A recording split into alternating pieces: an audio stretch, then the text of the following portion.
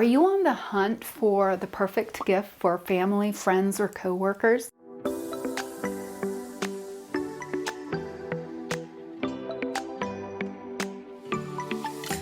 Hi there and welcome to Laugh So Create. My name is Rebecca. So a clear pouch is a perfect gift idea because not only is it a great way to present your gift, it's something that your friends can hold on to and use. Once you get the hang of this, it's awesome because you can make it in all kinds of sizes. In this tutorial, I'm going to show you how to make the smaller version of this, but I will include the larger measurements if you want to make something that is bigger. You can really customize it with all types of vinyls that they have out today, as well as fabrics. You can customize it to people's hobbies. Or you could also use some fun holiday fabrics to make a holiday themed pouch. It took me about 20 to 30 minutes to make one once I had all the supplies. And you can sort of form an assembly line where you've pre-prepared several of these little pouch materials, and then you can zip through the actual process of sewing them within 30 minutes or so. So the pouch measures about 7 inches by about 6.5. You'll need 2 pieces of fabric measuring 7.5 by 3 inches. You'll need 1 piece of vinyl measuring 14 inches by 7.5, 12 to 16 gauge. You'll need a zip. This one's measuring 10 to 12 inches. It will depend on the size that you're planning on doing.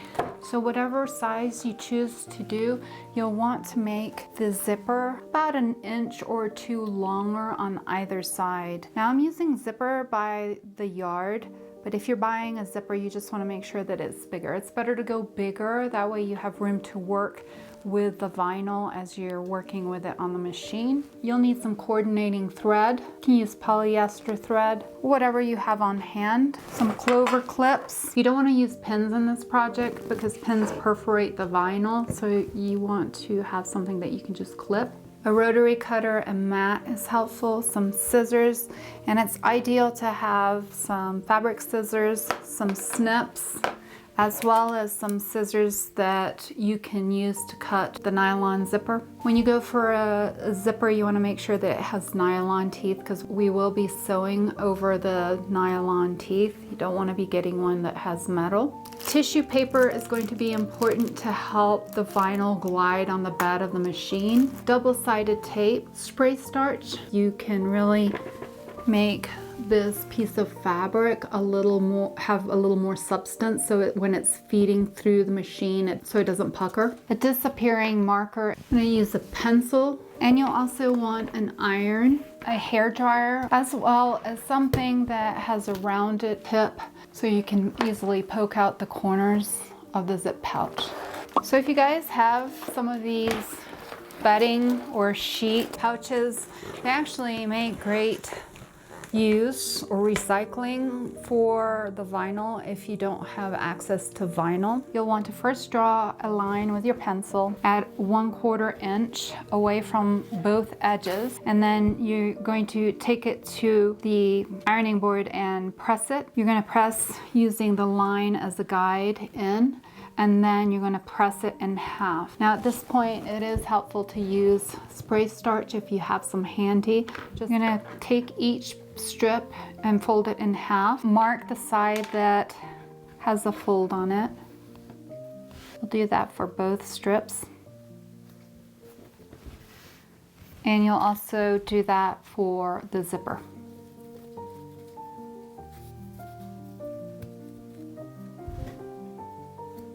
Grab your vinyl piece, the fabric, and you're going to nestle the vinyl all the way up into the strip of fabric, and you just want to make sure that the edges match. And this is where you're going to grab your clover clips. You just want to make sure that the edges of the folded edges are parallel to each other. In other words, one isn't further up than the other. You just want it to be nice and even, and clip it.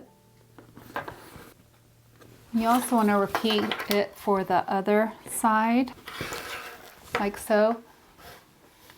So the next step is taking this to the sewing machine, and at this point you want to make sure that you grab your tissue paper also to help the vinyl glide on the bed of the machine. I'm going to take it to the sewing machine, and the key here is to use a longer stitch length whenever you're working with vinyl, because you don't want frequent little punctures along the vinyl that will make that vinyl weaker. In this case, I'm using 3.5 to 4 millimeter stitch length. I'm going to stitch it 1/8 of an inch away from the edge on both sides. I'm using a Microtex needle. The neat thing about this project is you can also use some fun thread if you wanted to use some metallic thread or some contrasting thread. The key here is to keep the vinyl separated from the bed of the machine, because if not, it will stick. Backstitch the beginning and end.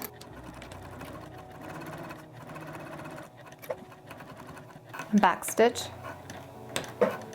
And repeat for the other side. Okay, so you have both ends done. Next, grab your zipper, and I'm using zipper by the yard, so put the zipper head on. If you've just bought a zipper from the store, that's fine as well too.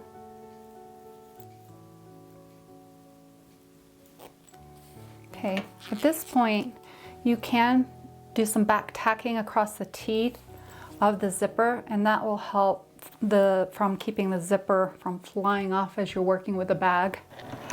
One thing that's really important on this project is to make sure that you're clipping all your threads as you go. Because of the clear vinyl, it shows all of the threads if you don't do it. Grab the double-sided tape and place some of the double-sided tape on the edge of the zipper. Attach the middle of the folded fabric piece to the zipper, and it will show you the marking. So the important part here is that you just want to keep the edge of the fabric equidistant from the zipper teeth, and you want to repeat it for both sides. In other words, when you go to attach it on the other side, you also want to make sure the fold of the fabric is about the same distance. Stitch it at 1/8 of an inch from the edge of the fold, again using a 3.5 millimeter stitch length, moving the zipper head away as needed. Now, the foot that I have on this machine is a hinged zipper foot. It has a very narrow toe, so it's about 1/8 of an inch, so I use that as a guide. But if you have a zipper foot, you could use that. I haven't found that I needed a Teflon foot. Okay, so I'm going to go ahead and stitch the fabric to the zipper. Move the zip out of the way. That way you're not trying to go around it, and that is why it's good to start with a longer zipper than needed. And the tissue paper. And back stitch. So next you want to make sure that you flip it over, and you're going to kind of have it to where the right side of the fabric and zipper is facing up. Repeat the same process. Close the zip about halfway just so that it's laying flat to the zipper. I want to make sure that the sides are lined up and that it's not skewed over in any way. Equidistance from the zipper teeth, but also that the sides are parallel. And if you see any strands of fur, my apologies. I have dogs, so there's fur everywhere. Let's get ready to take off the other piece of tape, and you're going to use your center points to line it all up. Open it up. Again, if you have a longer zipper, that's very helpful. And so by starching this, I found that it helps keep it kind of a little more rigid so you don't get shifting. Backstitch. At this point, it's time to turn it inside out.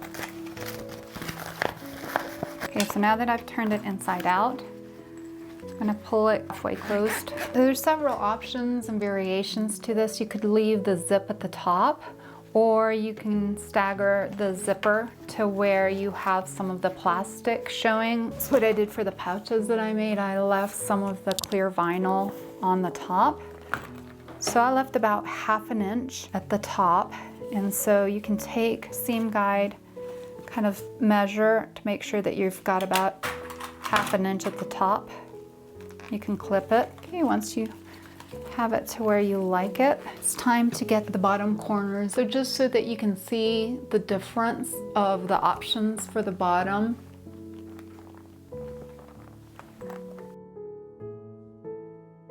In this way, the corner gets caught up in the side seams, and the way you do that is just by pressing the bottom part in and getting the sides consistent on both sides and clipping, depending on how wide you want the bottom. The ones that I did for the demo were about 3/4, moving the bottom 3/4 of an inch in. If you want it to have a flatter bottom or a wider bottom, then you would increase that measurement. What I've also found helpful is if you bring it over to your cutting mat and use the lines on your cutting mat, double checking the width of that fold up is consistent. Next, I'm going to sew down both of the sides with a 1/4 inch seam allowance, again using the tissue paper. Back stitching at the top and the bottom. So I'm just making sure that the edge is consistent. I find that if I cut off the excess zip, if you hold your threads behind, then you don't get all the nesting as much that is really visible through the vinyl. Okay, as I approach the zipper, I want to make sure that the zipper teeth are butting up, but it's flat. Back stitch and repeat on the other side. You want to make sure your zipper head is out of the way. And just move it to the middle, but leave it open because if not, you won't have a way to turn it. Next, you can use your rotary cutter to trim it up.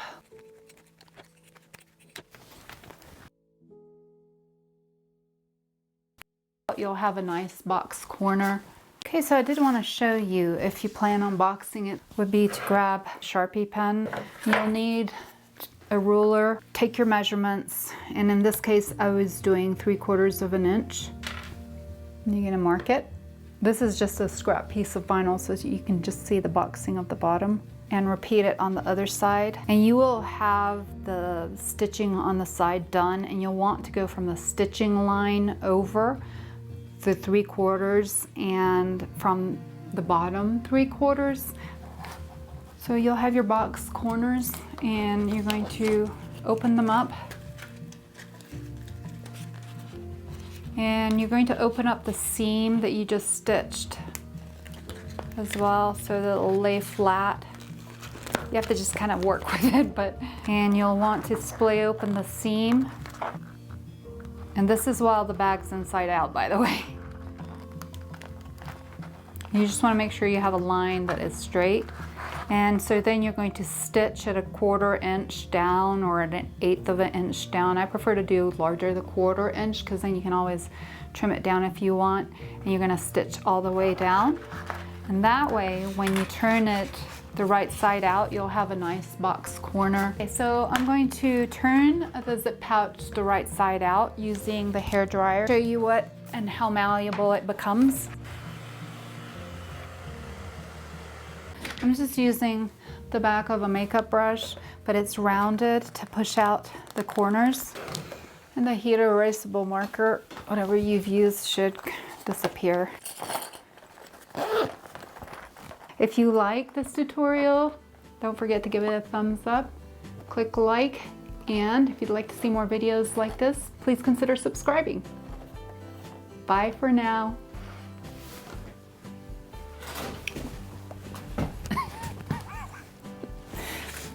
Hi there and welcome to. Great thing about these pouches, did I just spit? I think I did. So not only is it a, I might help if I hold it this way.